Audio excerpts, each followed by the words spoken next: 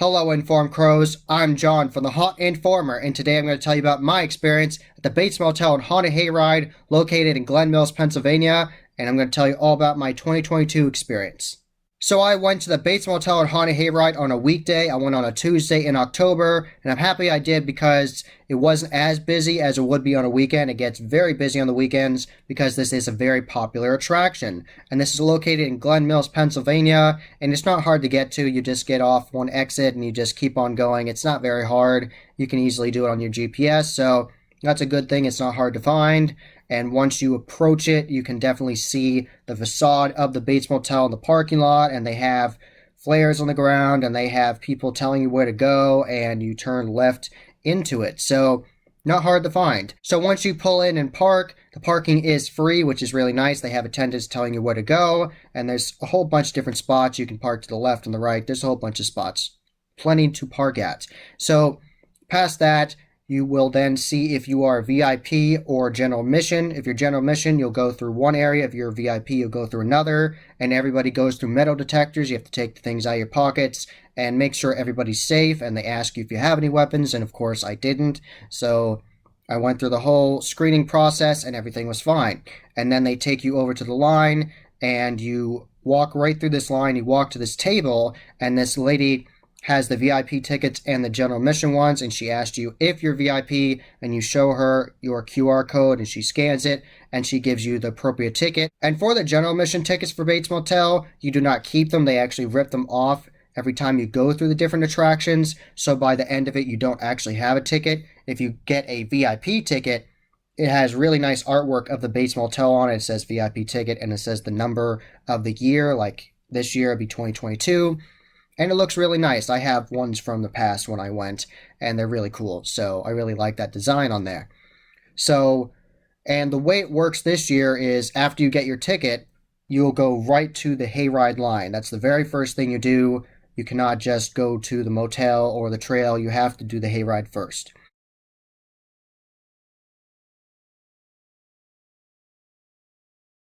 So I started talking to the people next to me, and they ended up being friends of Glenn from Fall Ritual, which was nice. So then I went through with them through all the attractions. They were there with their kids, and we went up, and you can do the photo ops, and you can pay for that picture at the end of the attraction in the midway after you do everything. When you're walking up to the hayride, they will say, do you want to do this photo op? And they have this like creepy section with a whole bunch of dolls behind you, like doll parts. It's very unnerving. And then they also have this one where you can stand in different coffins. So I thought that was fun. They had that years ago too. The doll one was new to me. I haven't been to Bates Motel since 2019, and there were noticeable changes since then, and I'll get into that in this video.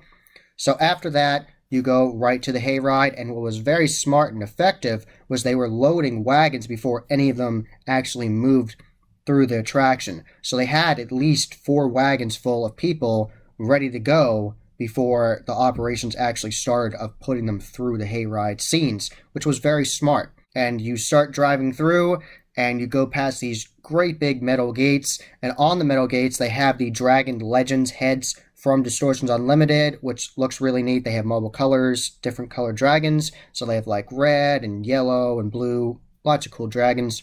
And you go up, and there are multiple animatronic monsters coming at you, acting like they're going to eat you from the sides, and you go into the dragon's mouth, which is always interesting. It's an iconic moment of the Bates Motel Haunted Hayride. And you'll go through lots of different scenes, and I'm not going to tell you every single scene. You definitely have to go for yourself to see what I'm talking about. But a fan favorite, of course, is definitely the mental asylum scene. That's always a very entertaining scene. The actors were doing a good job. They were going insane, running all around, and lots of actors in that scene. I definitely enjoyed that, and I like that they brought back the flying actor. That's definitely a very unique element of this hayride that I haven't seen in other ones, where they have this actor fly from one like podium up here, like this stage they have from this like watchtower, and they fly from there with a harness and everything, and they fly from there to the other side over the wagon and like scream and like go over at you. So that was really awesome. I'm happy they brought that back for this year. And that Insane Asylum scene's always really good. I like the animatronics and the energy level of the actors. Good job there.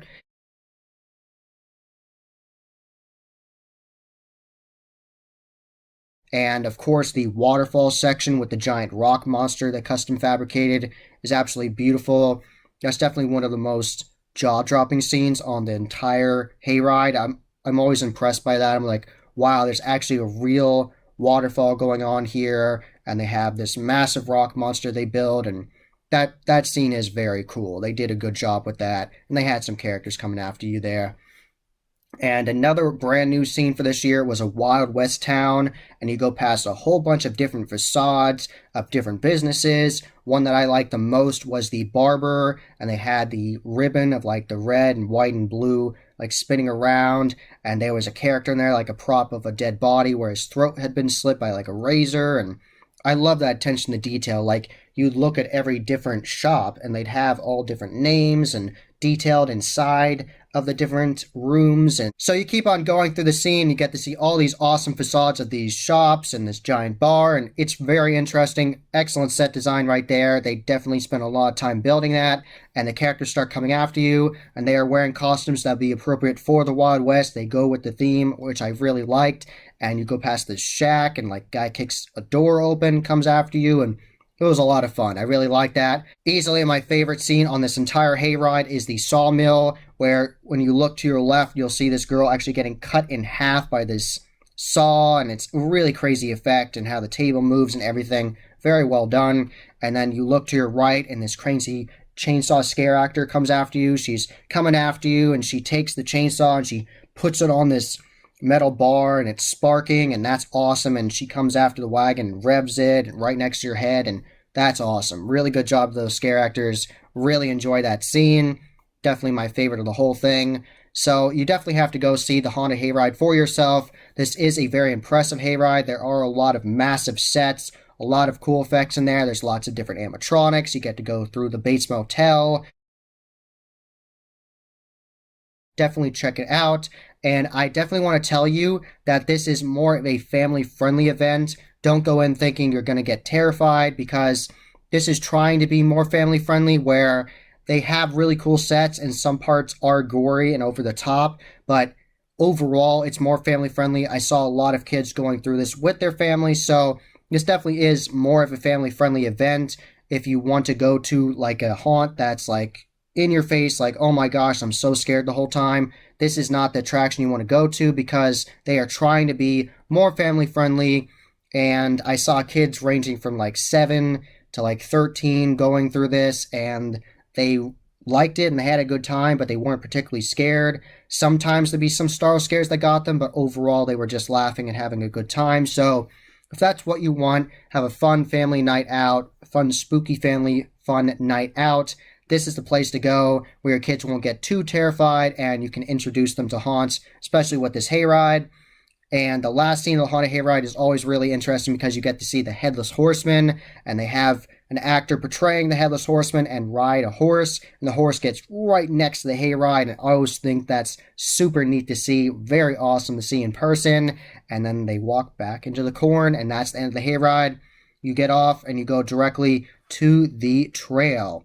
So the trail is called the Revenge of the Scarecrows Trail, and the entrance of it years and years ago used to be walking into a cow skull, and they had claustrophobia bags. Now you walk in past these big metal gates, and they have these like stained glass windows, custom like fake stained glass windows that look really neat and really pretty. And you go into this like creepy tunnel with pumpkins, and they have this giant pumpkin monster that comes after you. So that's an interesting start, and I like that they changed it up. They had that entrance scene changed in 2019. They still have that.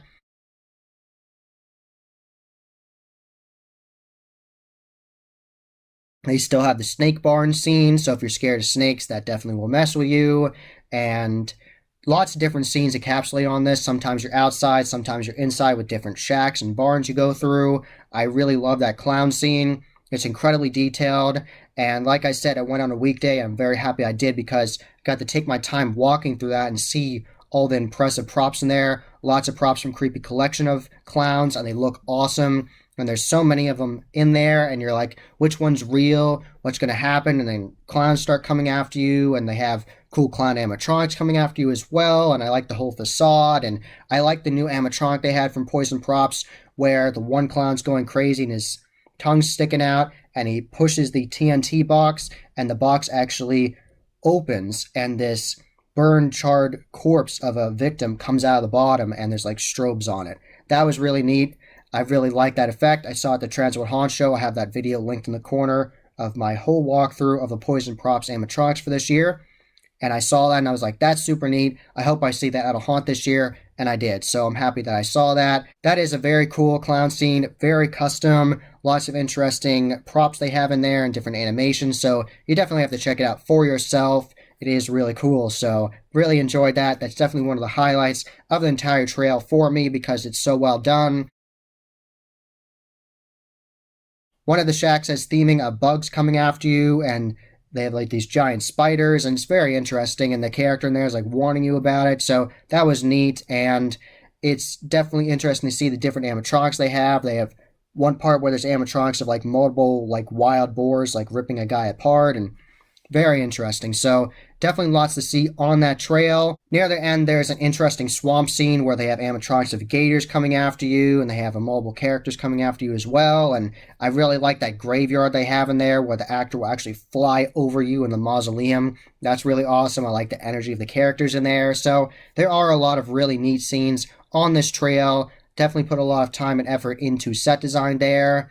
And like I was saying before, this was a more family-friendly event. The kids in front of me got startled sometimes, but mostly they were fine and just having a fun time laughing about it and just enjoying themselves. So definitely know that going in. Don't go in expecting this is going to be the scariest haunt you've ever gone to. This is more of a family-friendly event that is more directed to young kids with their families and having a good night out that way. So just to let you know that in advance. And then we went to the Bates Motel, which was the last attraction for us. And you see the facade of the Bates Motel. It's iconic. It's on all the logos, on all the marketing. It is an iconic structure, and the whole facade they have there where the front of it looks like a face with the teeth and everything. It looks pretty cool. And they have different lighting effects on there with music and things. So it's definitely interesting. And they have this horse and buggy of like a skeleton horse and buggy, like a skeleton horse with a skeleton person that's actually holding the reins, and you can get a picture with that in front of the motel, so that's interesting. And you actually enter the motel from the side, and they have VIP lines and normal lines throughout all three attractions, so if you have VIP, it will go faster for you. But we all had general admission, and it wasn't too crazy busy at the beginning of the night, but once we were done with all three attractions, it was getting very busy, so I'm happy we got there early.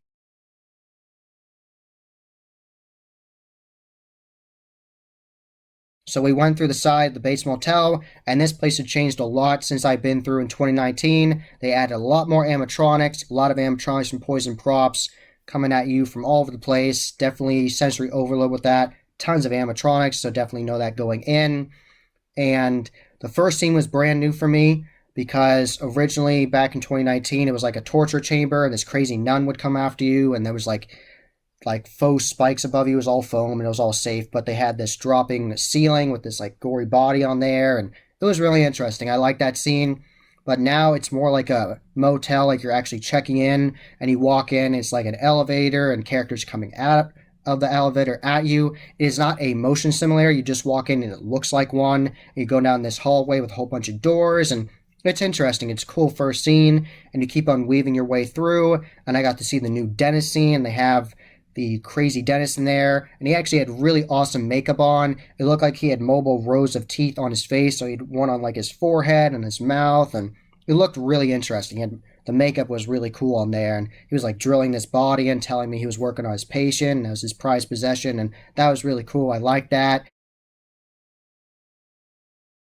Definitely mobile scenes that were new in this attraction, and the set design is really nice in this attraction as well. Lots of animatronics, lots of different scares, and I like that you get to go outside and go through the greenhouse. They definitely added more animatronics and scares to the greenhouse. That's always a really good scare when the ghillie suit guys come after you. That's always a fun time. Shout out to that ghillie suit character. And you keep on weaving in and out of mobile areas, and you get to go past this like giant angel of death like animatronic, like the skeleton with wings, which is always interesting. And at one point when we're going past like the angel of death, like approaching that, and there's like living statues and things, there was this animatronic, and I was like, okay, cool, nice animatronic, but then a Mossman character appeared from under it and actually startled me. I was like, whoa, because I didn't expect them coming from under the animatronic, like hiding at the ground by it. So that was the one Star Wars scare I got during the whole attraction, so that was fun. And then you go back in the building, and there's lots of different animatronics and scenes in there, so you definitely have to go for yourself to see what I'm talking about. I like the butcher scene, like the body bags hanging, and that was fun. Some other scenes I want to highlight in the Bates Motel would be the wine cellar. That's always really cool. It's very dank and dirty in there and has some cobwebs, and they have this creepy character in there lurking around, like crawling after you. That was cool. I like that character. And the last scene of the Bates Motel is very beautiful. The lighting is really nice in there, and the different characters they have in there, and the props is really neat. So it was a fun time. And after that, you push through the double doors, and you are outside of the Bates Motel. And if you turn around and look behind you, you will see the facade of the Bates Motel with the teeth and the looks like the eyes with the windows and everything. Once we were back in the Midway, we were talking about what we thought of different attractions, and you can do a coffin ride with one person or you can do it with two people, and they have this night vision camera on you to see how the people look inside if they're terrified, and they have this gift shop, and they have a whole bunch of different merch like sweatshirts, and they have the classic short sleeve t-shirts, and they have different things you can choose, and that's where you can pick up your picture that you got earlier before the hayride, and they have a nice setup there. They also have axe throwing in the Midway, which is fun, so you can do that if you want to, and they have mobile food booths in the Midway. They have one selling apple cider and different things there, and there's another booth selling just donuts, and I really like the donuts there. They're the apple-flavored donuts, and you can get them just plain, or you can get them with cinnamon sugar. I got it with cinnamon sugar, and I really liked it. I love the donuts at Bates. They're very good. So I had a spooky night out at the Bates Motel and Haunted Hayride. Got my spooky fix there. Lots of cool scenes. Definitely lots of animatronics. Different scare acting techniques. So if you want to go and see lots of sets where you're like ooh and ah, and that distracts you, and then the actors are coming after you, this is the kind of place to go to. This is more of a family-friendly event. The kids could be fine going. I saw 8-year-olds going, and they were having a great time. And it's definitely subjective. Some people might go and get absolutely terrified, like grown adults might get terrified, but I saw adults going through with their kids, and the 8-year-olds were doing just fine, just having a good time laughing. Got startled every once in a while, but overall just having a good time. And the parents were having a good time seeing them having a good time. So overall, we had a good night. Definitely go to Bates Motel and Haunted Hayride and tell me what you think about it. Tell me about your experience. Check it out next year in 2023.